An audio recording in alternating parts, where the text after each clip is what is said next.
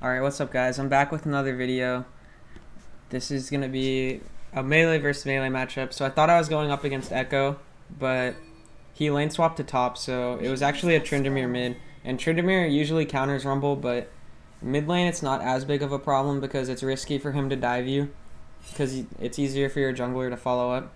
So I just ward there to watch Scuttle early, and then because they have a Camille jungle, I was focused on not dying to early ganks, so I'm going to be playing a little bit safe.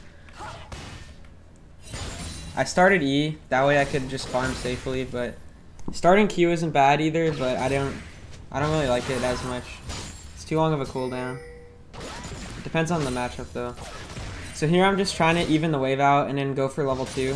And then once I get level 2, the first thing you want to do is get above 50 heat as usual. So here I saw my jungler is invading and he goes to contest, but it's going to take him a while to get there, so I make sure the wave's pushing in on me before I go. That way he's losing CS the whole time he's gone. So I follow his invade.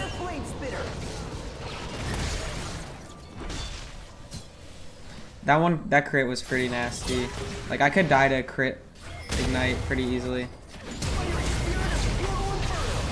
Yeah, I probably shouldn't have flashed over, but we traded 1 for 1. And it was actually worth for me because he's losing minions this whole time. Which you'll see by the time I get back to lane. I have like a fat wave. And he's just missed all of this. So now what I was planning on doing is Tryndamere needs to auto to get his rage, right?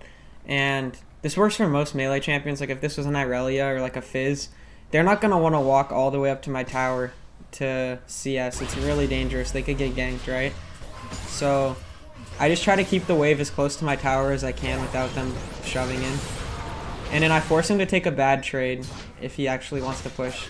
So see, he's like really exposing himself right now walking up. He can't even go for these creeps because they're under tower. And he can't build up his fury at all either, or his rage. So yeah, at this point he backs off. I don't know what he was actually doing. I can see. Yeah, he's just walking around. He's pretty boned at this point.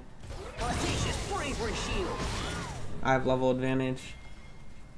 So now I destroy him 1v1. And because my wave's bouncing back from my tower, I'm fine with taking a trade here and shoving.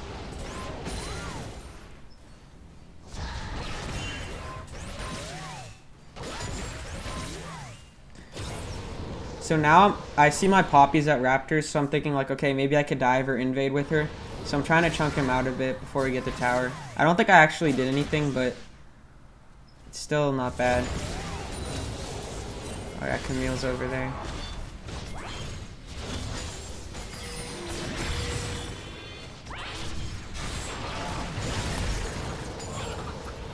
So yeah, that's pretty much all you can do against Tryndamere. He's gonna try to all in you. So if you can just kite him around, and when he goes in, just disengage, he'll be pretty tough. So here, I forced him out of lane. He could like cheese and then cancel his back, but I'm pretty sure he's gonna commit to the recall. So I get the minions again, and then I just get the wave pushing in on me before I leave. So if he does choose to recall here, he loses so much CS, which you'll see.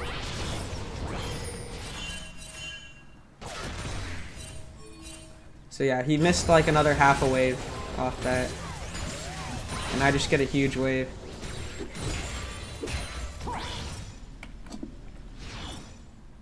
So yeah, right now I'm up 20 CS. And that's just off of wave like management. I haven't even like outplayed him that much or anything. And I'm still just gonna freeze by my tower because Tryndamere's roams are really bad.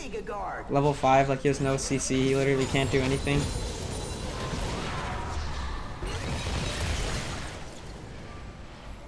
And then maybe that was a waste of an ult, I don't know. I got an electrocute proc, so it wasn't bad.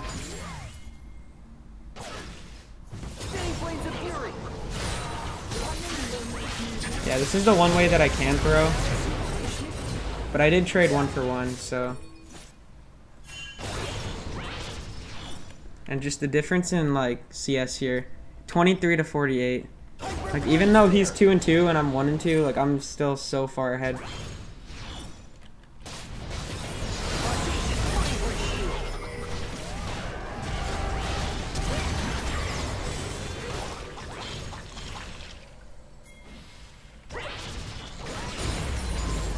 And then from this point on, I can pretty much just shove. Like, now I just play the game normally.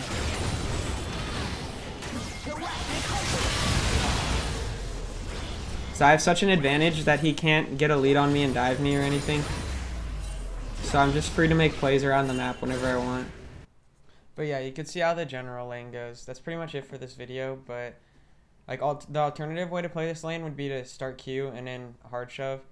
And I would have done that probably if they didn't have a Camille jungle, because it's easier to collapse on like in a mobile jungler if they had one without an escape. But this game, I wasn't really going to be able to solo kill Camille. She can just dash away. So this is probably the best way to play it out.